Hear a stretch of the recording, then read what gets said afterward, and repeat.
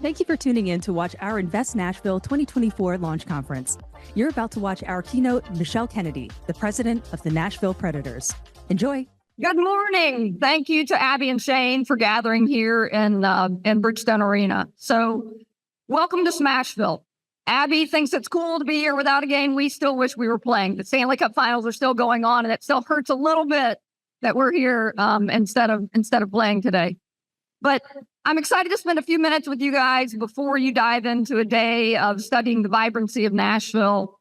And I think for a day focused on economic development, it seems appropriate to start by talking about a little bit of contextual history of this building and this city. So this building was built in 1996. And at that time, downtown was very different than it is now. To say that there was not much allure to downtown is really a gross understatement. As an example, I came here in 1988 to go to Vanderbilt, and it was well after I graduated from college when I even came downtown. You just didn't come downtown. So when Phil Bredesen talked about building an arena right here in the middle of nothing, people thought he was crazy. And at the time, he might have seemed to be. But fast forward 30 years, and we are the envy of all. And the important part of that for where you sit today is that this arena, the building of this arena, was a tremendous accelerant to everything that happened around it. It really has been an amazing transformation. So Phil Bredesen today looks like a visionary genius. We sit in the epicenter of one of the most exciting, vibrant cities in America. And when people come in this building, they often say, I can't believe it's almost 30 years old. And that's because we are in a constant state of renovation. We sit on the most desirable piece of property in all of professional sports. And so we have every incentive to continue to keep this place looking like it does. Now, with that said, it is time for a pretty dramatic reimagination of this entire block. So within the next few years, you'll begin to see that take form. The important thing to realize about that, though, is that while it's going to look different from the outside, we will continue to focus on the core of what we do inside, which is be it an absolutely vibrant entertainment venue, host hockey games, and one day have a Stanley Cup sitting here with us. So speaking of Stanley Cups and our core purpose and all those things, this has been our 25th anniversary season in Smashville, and it's been really, really special. Going into it, we didn't quite know what to expect. We were in the midst of some dramatic transformations. Our only ever general manager, David Poyle, retired after the 22-23 season. We had traded some players whose names you all would recognize, and we didn't know quite what was going to happen this season. But to begin the season, we went back to our history to inform our future. We hired our first ever coach, Barry Trotz, who we like to say we loaned to a few other teams in the intervening years, hired him as our second ever general manager. Then he hired a gentleman named Andrew Burnett to be our head coach. The little known fact, the fact you may not know about Andrew Burnett is that he scored the first goal in Predators history. So it's beginning to look like our 25th anniversary season. It was written and followed a script that was written by the marketing department. Things went so well. A lot of pleasant surprises led us to returning to the playoffs after having not made the playoffs last year for the first time in nearly a decade. So as we look ahead to the draft and free agency, which are within sight just in the next couple weeks, we are really, really excited about what there is in the future of Smashville. So while you all hear a whole lot about our hockey team, there's a lot else to Smashville that you may not know as much about. So we host the CMA Awards. We host the SEC tournament. We have hosted nearly every NHL tentpole event, including most recently last year, we hosted both the draft and awards here, which is the first time that's been done in an American city. We also have 2 ice hockey rinks in Davidson County, one in Bellevue, one in Antioch. We are just finishing the first year of operations of F&M Bank Arena in Clarksville, and we fully expect that partnership that we have with Montgomery County and Clarksville will be the same accelerant for Clarksville that this building has been for Nashville. We have had over 100 concerts this year in this building. It's a busy, busy place. We're only able to do all these things because of the great city that we live in, though. Were it not for the vibrancy of Nashville, were it not for everything this city has to offer, the breadth and depth and scope of what we do would be far less. So while we're a thriving business now, it wasn't always that way. If you hear people from our organization speak in different places, you'll often hear everyone say what a special relationship we have with this city. And if you think back to 2007, this city was literally days, maybe weeks away from relocating to Hamilton, Ontario.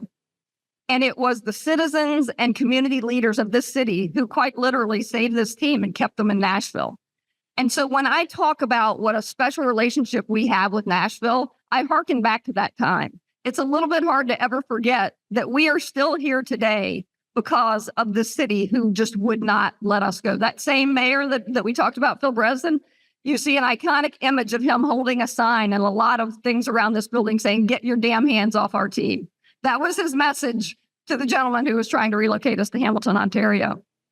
So while I feel like I'm probably preaching to the choir and all of you understand the vibrancy of Nashville, before I step down, I am going to take a few more minutes to talk about just how special Nashville is. So healthcare, education, tourism, it all creates such a thriving economy here. Many Fortune 500 businesses. In case any of you wonder, we still do have the Crane Watch website. I checked it just this morning before I said this out loud in front of a group of people. Iconic brands such as Bridgestone, Nissan, Vanderbilt, HCA, AllianceBernstein, Amazon, Oracle, Dollar General. All of those have a significant and growing presence in Nashville. And we're partnered with a lot of those companies and hope to find a way to work with every one of them. And our partnership team is kind of standing back here in the back. It's my obligatory fan zone. All of the things that we're talking about create a melting pot for talent, an entrepreneurial spirit. The music community and other things create such a hub for creativity and culture. There really is no better place to be. And I think Abby talked about when she steps off the plane and into the airport, you immediately feel a community. And that is so different about Nashville. And we, especially through our foundation, have such an opportunity to engage in our community in such a wonderful way. Through that and other things, we have seen the resiliency of Nashville. I hearken back to 2020. Those of you who were here, think about that. We had a tornado followed days later by a global pandemic. And as if that weren't enough, then we had a bombing on Christmas Day. Many cities would have been overwhelmed by that. Nashville just showed up and showed out. And I've never seen a city look out for its own like Nashville does. We've seen this in happier times as well. When we hosted the 2016 All-Star Game here, it was an all-star game that they still talk about in all NHL circles as being the best ever. Every element of our city, world-renowned artists were playing free concerts in the plaza over there. And it was so special. We had the opportunity to follow that up in 2017 with a run to the Stanley Cup final. And the imagery of the Gold Sea in this city during that time, if you stick around here long enough today, I'm sure you'll see it running on a loop somewhere. It still gives me chills every time I see it. But these are all indicative of what a special city that we have. Doing business in Nashville is different than doing business in other places because of that community feel. So Nashville's trajectory is incredibly promising. All these things make Nashville a city for the now and for the future. I think sometimes we still need to remind people that there's more to Nashville than hot chicken and bachelorette parties. And so gatherings like this are tremendous for that. When we have business leaders coming together to talk about all the things that Nashville does well and all the things that it could do better, it just raises the cultural specter of what goes on here. It gives us a chance for collaboration. It gives us a chance to just continue to make Nashville the very, very special place that it is. It's no longer a well-kept secret. And so now it's all on all of us who live here to continue to see that Nashville rises to the top of the heap. So thank you all again for being here, for making my home of 30 years a focus of your day-to-day. And I could stand here and talk about Nashville and especially Smashville all day, but I know you have a media agenda to get to. I'm sort of like the People magazine entry to your Economist Day. But thank you so much. I hope to see every single one of you back here wearing gold and cheering on the good guys. And have a great day and go Preds. But before I leave, the raffles are beginning. It was a condition of my time today. So let's do the first raffle.